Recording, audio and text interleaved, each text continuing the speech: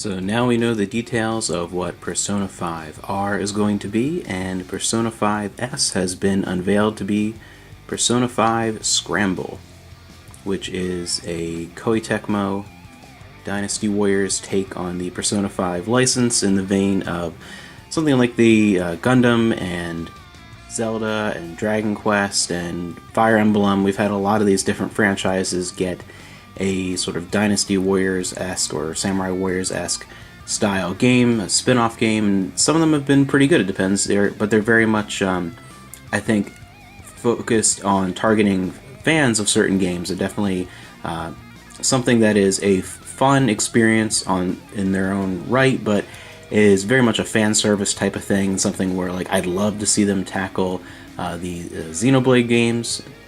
But while this is a pretty interesting reveal, it's also a little bit odd because it is coming to PS4 and the Nintendo Switch.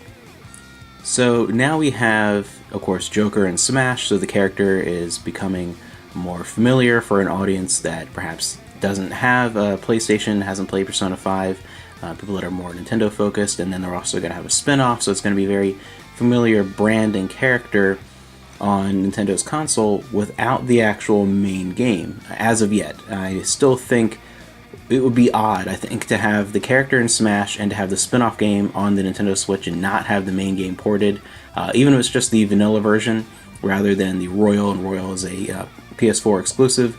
I could definitely see that happening, but yeah, it's a bit odd at this point that you would have those available and that type of brand and character recognition on a system without the actual main game being on it.